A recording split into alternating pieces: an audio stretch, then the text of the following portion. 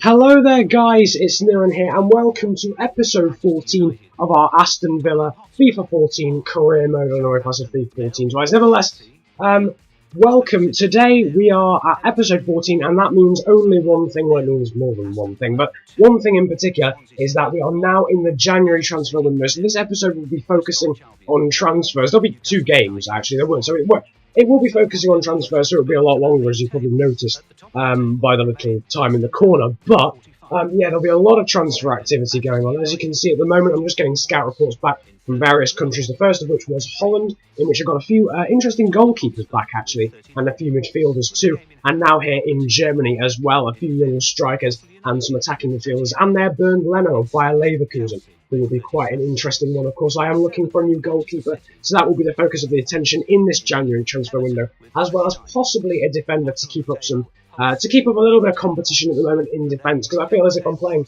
the same four in defence every week. I do have Kieran Clark as well, but then beyond that, Nathan Baker, Luna, a few others, but it's not a huge amount. Nevertheless, the first thing that happens in this episode is actually nothing to do with transfers at all, and that's that I get the Chile international management offer. Now, at first, I was like, "Nah, I'm all right. I'm fine. I'm fine with I'm fine with that." Actually, I sort of thought about it a little bit more, and Chile do actually have a few decent, players. I think they've got obviously the obvious one is Alexis Sanchez. They've then got Arturo Vidal, Mauricio Isla, and a guy called Brian Carrasco, who happens to be quite good. I think he's a winger. So it's a team that certainly you could overachieve with if you went to the World Cup, as I reject the Polish and American offers. Just teams that don't appear big enough at the moment to really get a challenge out of. I think I could get Poland, obviously, into a competition, into a world or European competition quite easily, but beyond that, you wouldn't really get much entertainment out of it. I'd probably just lose most of them. But anyway, that was that. And then just quickly after that, I also got a message from Leandro Bacuna asking me to discuss his wages. Now, I'm going to leave that on purpose. I'm going to leave that till after January, because obviously there's a lot of wages and transfer budget being shifted around in the January transfer window. So I really want to know where I'm at before I can start offering current players new contracts. Nevertheless, we get Samir Carruthers and Nathan Delfonso back from their respective loans in January, and we also get an offer from Celta Vigo for our striker Andreas Weimann. Now, at first I was like, nah. 2.8 million, I am alright, thanks. I think I ended up counter offering something like 9.8 million, which obviously sounds stupid. But Andreas Weimann, although he's someone who doesn't play a huge amount at the moment, was someone who was very vital in the team at the start of the year. That injury that he got for 6 weeks really sort of put him out of the team, because then I had to experiment with people like Bacuna and not Albright, Nagbonlahor, and they got the nod because their form was great. But he is someone who will end up being vital to the team. Nevertheless, I did some inquiries for some goalkeepers, including Bernd Leno, Permislav Titonia, I don't know if I've pronounced that right at all, Kern Casteels, and Sven Ulreich, to name just a few. And some prices coming back. That was just to sort of get a general price back before I even had to start scouting them. Quickly there, Kevin Traps was 8.5 million in the valuation. That's not really the sort of money I'll have after selling Guzan, or if I'm able to use Guzan for. Baumann there worth 5. Sommer I think was worth 5.5. Leno was well out of reach. He was 14, I think. But people like Titonia and Zila just about in my transfer budget range, along with Baumann, Sommer, and Casteels. Ulreich was a little bit too much, so he'll be a bit of a push. But definitely I'll be looking at Zila, Titonia, and Zoot as well, another PSV goalkeeper who didn't come up there, but they've got the best potential out of the lot, really. But nevertheless, we now move into the Arsenal game in the Barclays Premier League, at home at Villa Park. A relatively unchanged squad, not a huge amount going on. Bakley and Bruma would be the wingers for this one, instead of Agbonlahor or Weimann. They would be out on the bench. But no word of a lie, Arsenal dominated this first half. It was incredible. Podolski with the first chance, then Wilshere, and then a good save from Giroud's shot there by Shea Given in goal, who of course would be replacing Guzan. Given there with another save on just the 38th minute, and Podolski playing through Kieran Gibbs, of all people, finding himself well forward, and thankfully it was Kieran Gibbs because he puts it past the post. For the AI, this was incredibly unclinical, and there another chance for Wilshere goes begging, but finally, in the 56th minute, our first chance, and it was one of those lag shots where Van Ninkel, I asked him to shoot before, and then we just decided to shoot anyway. But there, another good save from Given, who was one of our best players all game there from Mertesacker's header. But Nzogbia winning the ball back, playing it forward. You thought that would be an Arsenal chance, didn't you? Well, In this case, you were wrong. Agbonlahor played in, and a good save from Damien Martinez, who was actually in goal for Arsenal for some reason. But then again, blasting it forward there, Bruma to Van Ginkel, and I'm so sorry. You already know what's going to happen at this point, and there it is. It's the sweaty square. To be honest, it's sort of...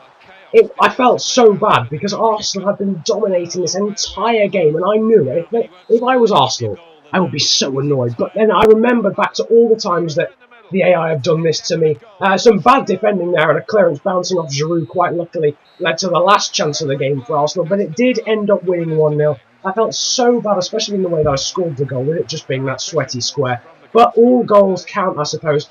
In online games, it's a bit of a written law not to do that, but offline you can always bully the AI. Nevertheless, the man of the match went to Ron Vlaar. A great performance there from Given as well. Just moving on to the Arsenal player ratings, just to show that they did play really well. Edin Dzeko, who's actually signed for Arsenal apparently, getting a good rating, as well as Wilshere, Vermaelen, Mertesacker and Sanya. Nevertheless, now we move on to the squad report for this month. Of course, the stats do change every month. And as you can see, no change for Guzan. Lowton and Okore, they're up 2, as well as Nathaniel Klein. No change for Ron Vlaar, and no change for Nzogbia 2. A few attributes going up. Van Ginkel finally going up to 77. Fabian Delph up to 74. Bruma up to 76, up 1.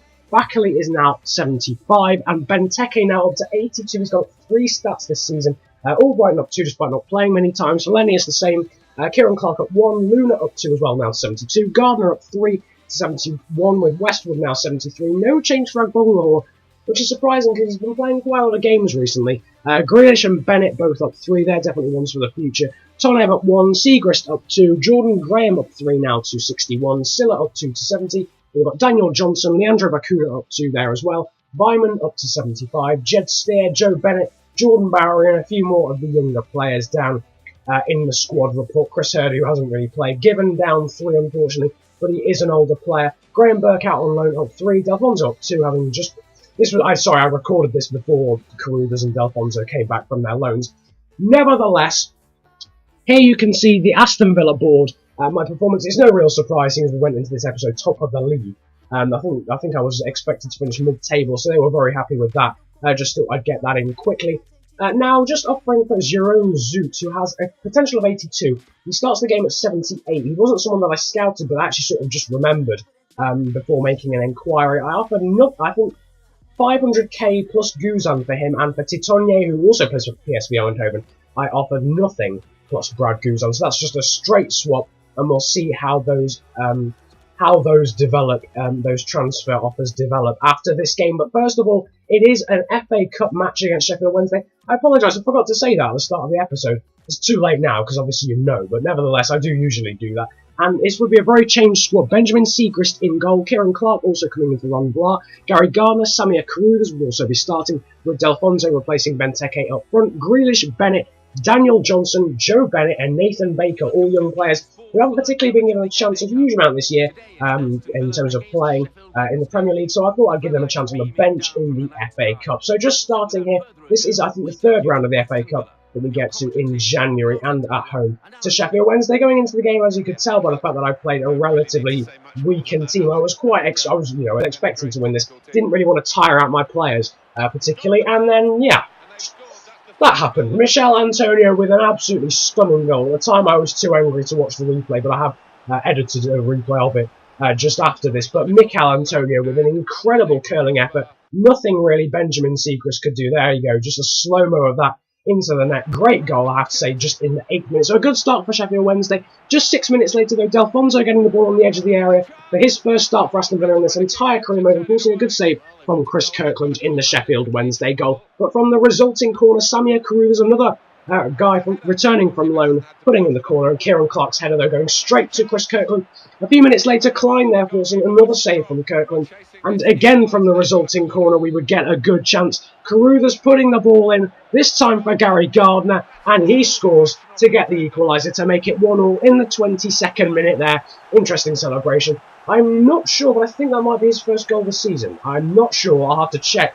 But A header, not something you would expect Gary Gardner to do. He's a bit like his brother and he's very good at long-range shots, so you wouldn't expect him to be getting a header, but a good assist there for the youngster, Samir Carruthers, who was pretty influential in the game, as was Nathan Delfonso. But moving in, Carruthers there with the shot, Kirkland with the save, and it does fall for Delfonso. In a way, the two loanies, or ex-loanies even, combining there to create the goal that put us 2-1 up. It was a nice move in the build-up and a good shot and a good save in all honesty as well. But Delfonso there, the poacher, ready to put it in. He had got a yellow card up at this point. The referee that was in this, I think it was called Ian Lowcroft or something. He is so strict, it's quite incredible. I think I had about 4 by the end of the game. But Agbonlahor put through a good save from Kirkland again, and Backley unable to, unfortunately, get the shot away. He does give the ball to Delfonso, who gets a shot away, but it's pretty tame, and Kirkland can save it. Moving on, Lowton putting a ball in. It was actually for Delfonso, but Backley gets his head on it, and a good punch there from Kirkland, and it was quite easily cleared away in the end by Sheffield Wednesday.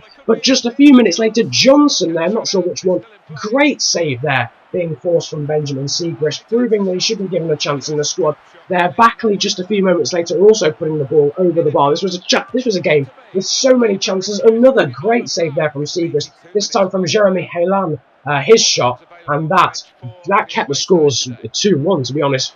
With that, if that had gone in 2-2, it could be a completely different game. As it turned out, it did end up going 3-1. Gardner played through by Daniel Johnson, who came on as a substitute, and Agbonlahor putting in the rebound. A lot of goals have been scored as rebounds recently. Gardner, they're doing well to get away from the challenge. A good save again from Kirkland, who's probably one of Sheffield Wednesday's best players, along with Antonio for that goal. Helan was also quite influential, and he put the ball in for Mahoma. I've never heard of that guy before, as you could tell from the pronunciation. But it was a good header, good move actually, leading up to that goal, even just literally 2 minutes after we scored our third. And that made it 3-2. That was the end of the game. In the end, it didn't seem like a game that we were in control, but bar that start to the game and the one section where Siegrist had to make a few saves, I think we were in control of the game. Nevertheless, Delfonso, the best player for us. Good ratings as well for Carruthers, Backley, Agbonlahor, Gardner, Delph, Clark, and Benjamin Siegrist doing alright in goal. Not really getting the rating he deserved, I think, from those good saves, although I suppose he did concede 2. Nevertheless, the transfer offer for Permislav Titonje was actually accepted, which I'm extremely happy about, because his potential is 82. So for getting him for free, basically, for a keeper that I don't actually want, is incredible. Zoot, actually, though, coming back, who has, I think, slightly better potential, not sure, or a better starting stat, they come back and say they want 200 grand more than I offered, which is 700k plus Guzan, and they're making an offer for Zila moments ago. But there, as you can see, Mamadou Sakho, I got a message from my chief executive, because he was on my shortlist, and he was actually signed by Napoli on a free transfer. So this made me think. I scouted for players who only have 1 year left on their contract, and I'll go through more of those in the next episode. But one that really stood out for me was this guy, another Eredivisie player, Toby Alderweireld, whose contract expires in 6 months. Technically, I could get him for free now on a pre-contract agreement. So, what do you guys think? Do you think I should go for it and try and offer nothing, because I'm going to be getting for him for free if he doesn't sign a new contract with Ajax? Or do you think I should just stick with the centre-backs I have? Or do you think I should go for another centre-back? I'll leave that up to you. Don't forget to like and subscribe if you enjoyed this extremely long episode of Career Mode. Comment about enjoying it if you enjoyed it that much. And don't forget to vote for this little thing. So, I'm hoping that you have enjoyed even. Have a good day. Enjoy yourselves.